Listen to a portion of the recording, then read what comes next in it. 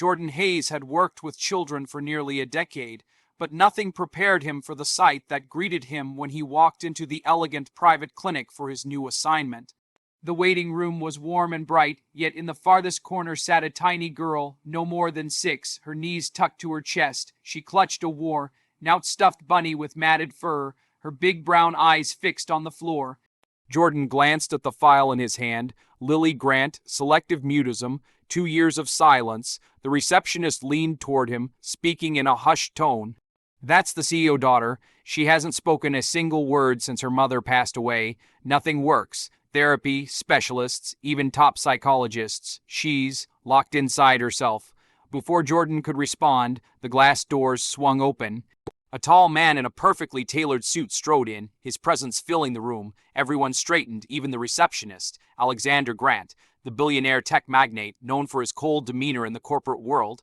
But today his sharp, calculating eyes were clouded with something else. Pain. He stopped in front of Jordan, barely glancing at his handshake. His voice cracked despite his controlled tone.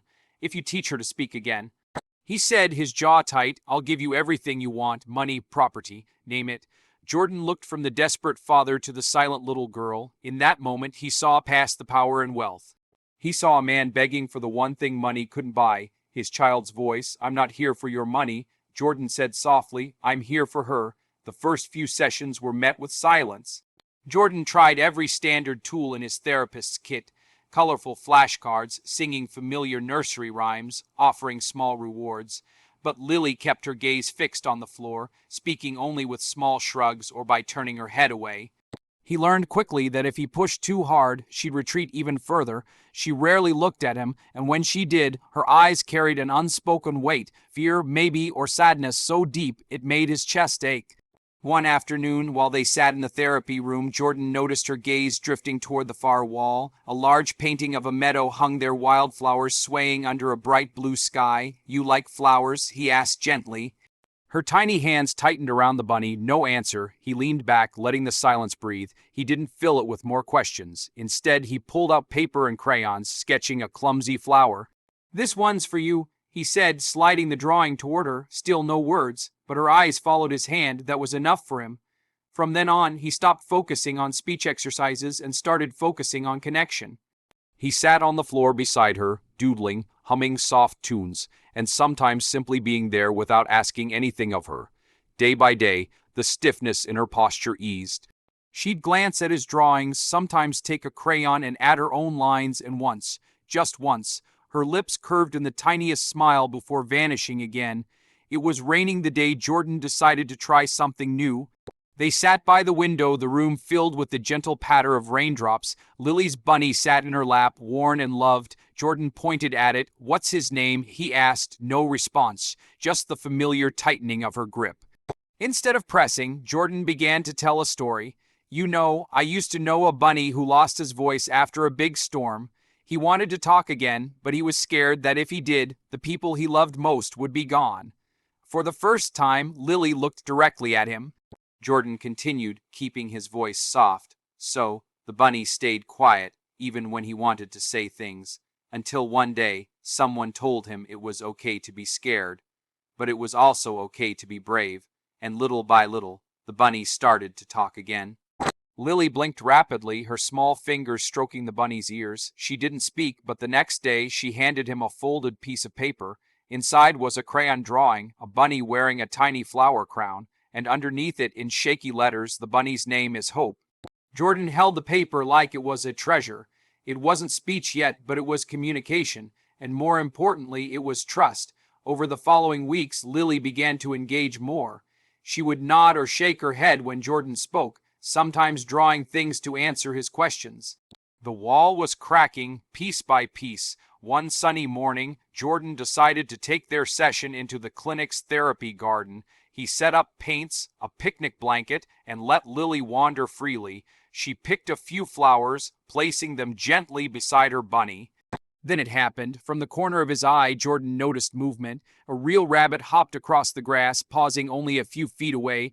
Lily froze, her eyes wide, and for a moment he thought she might cry. Instead, she pointed. Her lips parted, and in a voice so fragile it nearly broke him, she whispered, "Bunny." Jordan didn't move, didn't push. He just smiled, letting the moment be hers. Above them, unseen by Lily, Alexander stood on the balcony. His hand flew to his mouth, his shoulders shaking as silent tears streamed down his face. It wasn't much, a single word, but for a father who'd gone 2 years without hearing his daughter's voice, it was everything. The words came slowly at first, soft, halting, but growing stronger with each passing day. Flower, thank you, more. Each one was like sunlight breaking through clouds. Then, one afternoon, as their session came to an end, Lily looked at Jordan and spoke a full sentence. Thank you, Jordan. Her voice was small but steady, and the way she said his name made his chest ache with pride. Alexander walked in then, stopping just inside the door. He looked at Jordan as if seeing him for the first time, not as an employee, but as someone who had done the impossible. You gave me my daughter back, Alexander said, his voice thick. I said I'd give you everything. What do you want? Jordan glanced at Lily, who was now humming softly to her bunny. He smiled. I already have it. She speaks again. Alexander stood there, speechless, the weight of those words sinking in.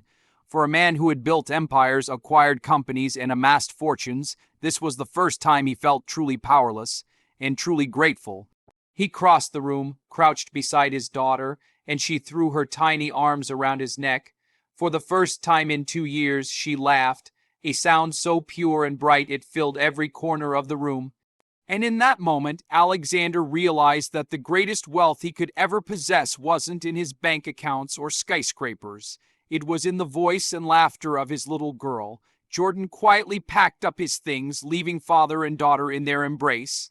As he stepped outside, the world felt a little lighter, a little warmer, because sometimes the greatest reward isn't something you can hold in your hands. It's something you carry in your heart forever. In the end, what began as a desperate plea from a grieving father became a journey of patience, trust, and love.